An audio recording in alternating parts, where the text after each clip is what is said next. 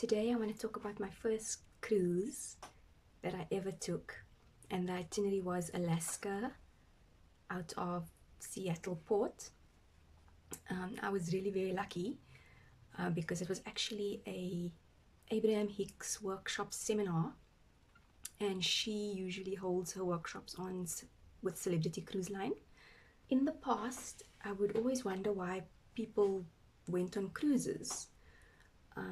I didn't see what all the hype was about until I went on the Celebrity Millennium and did my first ever cruise going to Alaska, and I realized why cruising is so much fun, and it's actually become my favorite form of travel.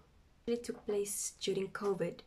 I was very lucky at the time because I was working in New York, upstate New York, on a H2B visa because I'm South African.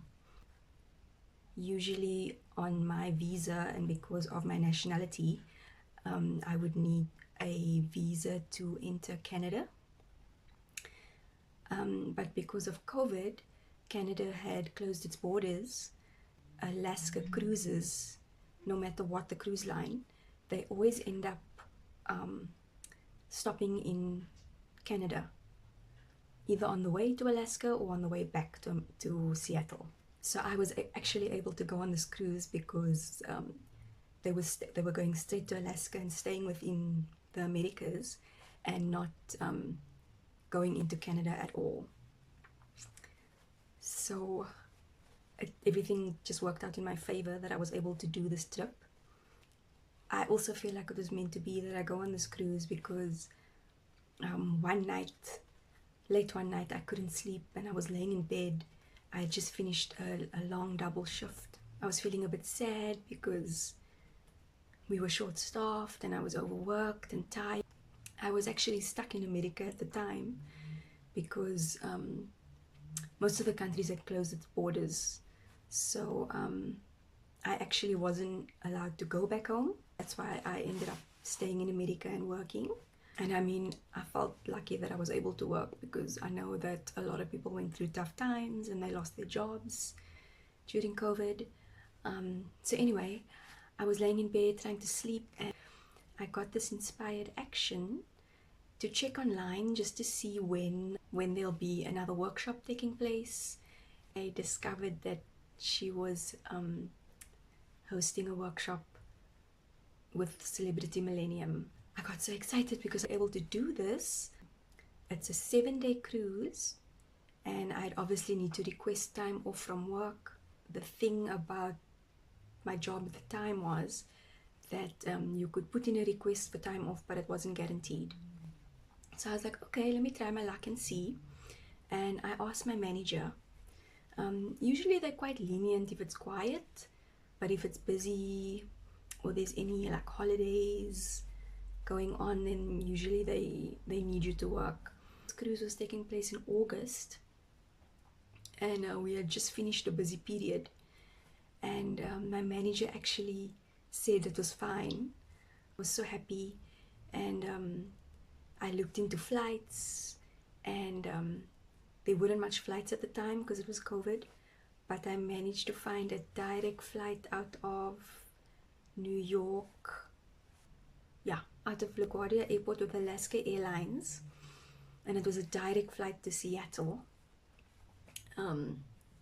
So I managed to find a direct flight there and a direct flight back, which was perfect. And then I was like, okay, no, I definitely need to do this workshop. It's definitely meant to be. And the timing just worked out perfectly because the flight was also early in the morning. And because of the 3-hour time difference in the time zone between the West and the East Coast, if I took that early morning flight, then I would arrive early in the morning at 11 o'clock in Seattle. And everybody had to be on board by 2, I think, because then the ship leaves at 4. And then I also managed to get a late flight going back to New York. So I would arrive early in the morning in New York. And everything just worked out so perfectly because when I got back to work, there was actually a COVID outbreak. So my entire workplace was shut down for a week.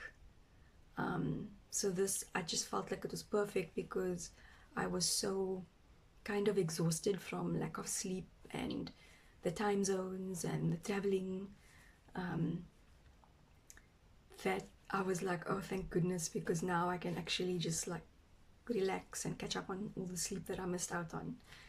So by the time I eventually was able to start work again, after they reopened, I was quite well rested.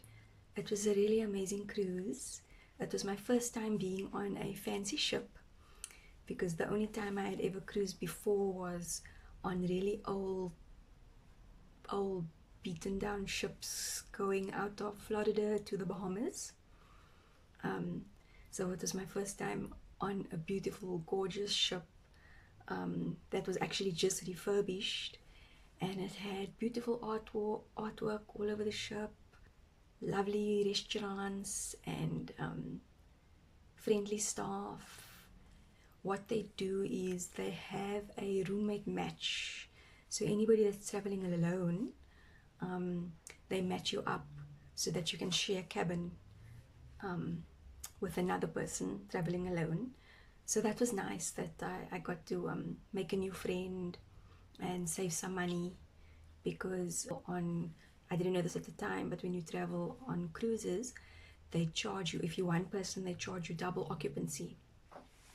So the roommate match really helps, because then you just pay for yourself. Workshop is included in the cruise. So when we have sea days, so then that's when the workshops take place in the theater. We actually had 3 sea days because the ship wasn't going to Canada.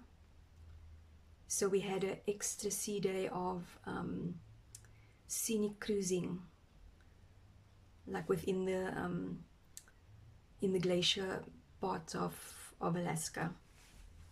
So I think we had 3 workshops, and then the workshops were really interesting.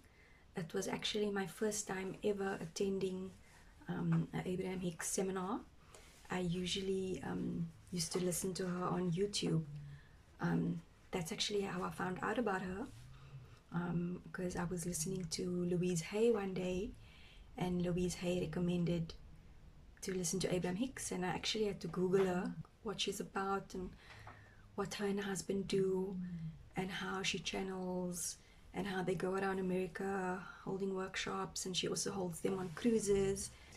And I remember thinking to myself, oh, this is obviously for rich people because it's so expensive.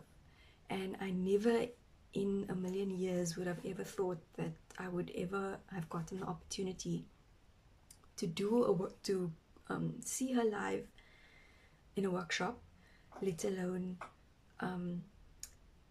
attend the workshops that were taking place on a cruise. So I feel like COVID kind of like helped me to achieve this. What happens at the workshops is she calls out people, and they ask questions, and she answers the questions. And I had quite a few questions, and even though I wasn't called upon, the other Abraham-Hicks people in the group that I had met around the ship, we got to conversing, and they ended up answering my questions for me. So all the questions that I had were answered. I got to meet lovely people from all over America. We got to converse and share our stories of our journeys, our healing journeys, and you know, how we found out about Abraham-Hicks. And besides dining together, we got to hang out together at shows and at the nightclub, and also at the ports. what Abraham-Hicks also does is she also has cruise port excursions that are exclusive to the Abraham-Hicks group. So I was able to do one Abraham-Hicks excursion that took place on a glacier. But this I will go more in depth in another video. I just want to focus on the Alaska cruise for now. I just wanted to explain like what an amazing experience it was, being around like high vibration, like-minded people, and having you know, a common interest. And it was really a lot of fun. I couldn't wait to, while I was on that cruise, I was already looking into booking another Abraham-Hicks cruise, and looking into attending other workshops. I really recommend that you do get to attend one of our workshops, especially if you're a fan and if you're an avid listener on YouTube. I was also lucky enough to get to meet her in person, because usually she keeps to herself. She doesn't like the spotlight. But because we were such a small group, I think there was only about 500 people on the ship, of which 400 were in the group. She had a time where I think there was about a year where she didn't do any workshops, so she was happy to be out and about again and happy to be doing the workshops. That she actually joined everyone one evening at the nightclub, which was surprising because apparently she never does this, and she was eagerly taking pictures with people. She actually offered to take a selfie with me. So I was very happy that even though I wasn't in the hot seat, I did get to take a picture with her and meet her in person. So it was really fun, and I'm actually still in contact with many of the people that I met on that cruise. I did actually end up going on another Abraham-Hicks cruise that took place in the Caribbean. 6 months later, I met new people on that cruise, but then I also got to have a reunion with all the people that I'd met on the Alaska cruise, so that was really fun. Because I guess it's like a community of people, so everybody keeps going on these workshops that take place on the cruises, or the workshops that's held in the cities in every state that she does. But yeah, Alaska was really gorgeous. It was cold. I only had a few things with me, because I actually wasn't planning on being stuck in America during COVID. So I only had a suitcase of clothes, and I realized that I didn't have enough warm clothes, so I quickly had to order 2 jackets on Amazon just so that I could keep warm for the trip, because every place that we went to looked like it was out of a postcard. All the ports were gorgeous. I would like to one day go back to Alaska and see the rest of Alaska.